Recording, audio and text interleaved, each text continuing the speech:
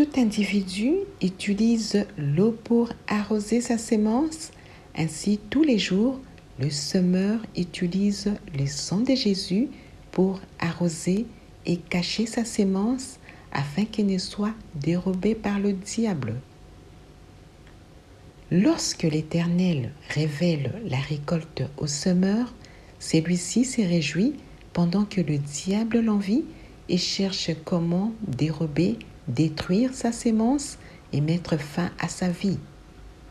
C'est pourquoi il est important de prier avant de s'aimer, pendant la sémence, pendant la récolte et après la récolte, afin de conserver toutes les bénédictions. Le chiffre 10 est le premier chiffre à 2 chiffres après le chiffre 9. Le chiffre 10 en pourcentage est celui qui est souverainement choisi par Dieu pour soustraire et pour multiplier.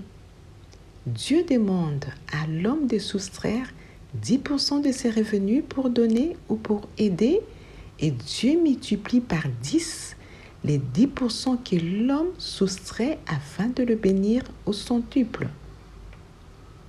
Genèse chapitre 26, versets 12 à 13. Il est écrit: Isaac sema dans ce pays et il recueillit cette année le centuple, car l'Éternel le bénit.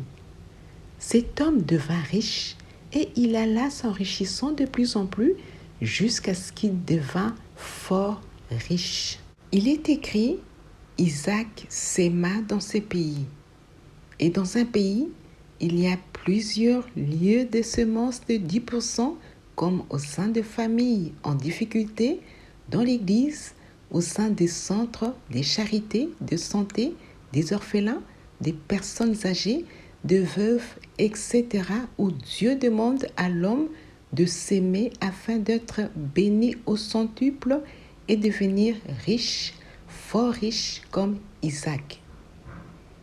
Le plus important pour l'homme est de savoir discerner le lieu de la sémence pour que celle-ci ne tombe pas entre les mains du diable. Celui d'Isaac était à Guérar, où il a récolté au centuple. Cependant, le semeur sème les 10% et il ne récolte pas au centuple comme Isaac. Pourquoi? Parce que Dieu multiplie et le diable divise.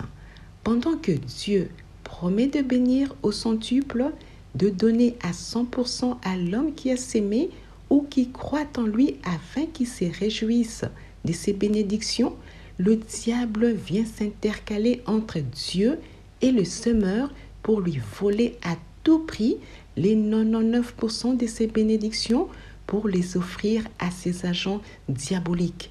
Et c'est pourquoi 99% des semeurs ou des personnes qui croient en Dieu ne sont pas riches ou fortement riches comme Isaac, car le diable leur laisse qu'une part de 1% afin qu'ils continuent à vivre dans le statu quo. Où opère le diable? Il opère sur le terrain, notamment dans des pays où il a pour objectif de voler 99% des richesses nationales et de laisser 1% à la population de chaque pays. Comment opère le diable?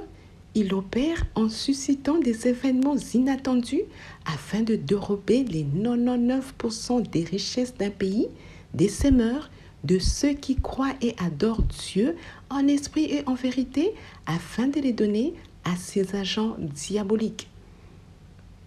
La seule fois que le diable utilise le 1% de sa division de 10 par 10 est lorsqu'au sein d'une famille ou d'une institution, le diable choisit une personne ou une minorité pour lui faire jouir de 99% des richesses dérobées. Le diable dérobe les hommes et dérobe Dieu, car de lui-même, il ne possède rien.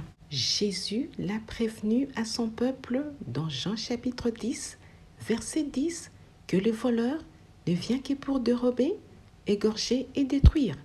Le diable dérobe les richesses des hommes, les richesses d'un pays et les richesses de Dieu, notamment ces créatures que le diable donne en sacrifice, soit en détruisant leur esprit, leur corps, leur âme, ou soit en les égorgeant physiquement ou spirituellement dans le monde des ténèbres.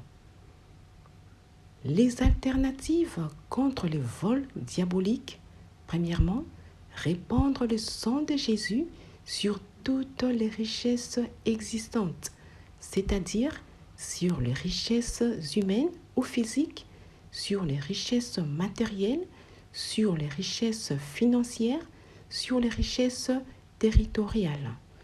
Deuxièmement, répandre le sang de Jésus sur toutes les semences et sur toutes les récoltes. Troisièmement, sur base de sa parole, créer avec Dieu l'alliance Isaac, c'est-à-dire celle des bénédictions au centuple. Quatrièmement, interdire au diable de toucher aux semences, aux récoltes et aux richesses dans le précieux nom de Jésus-Christ, le Fils de Dieu.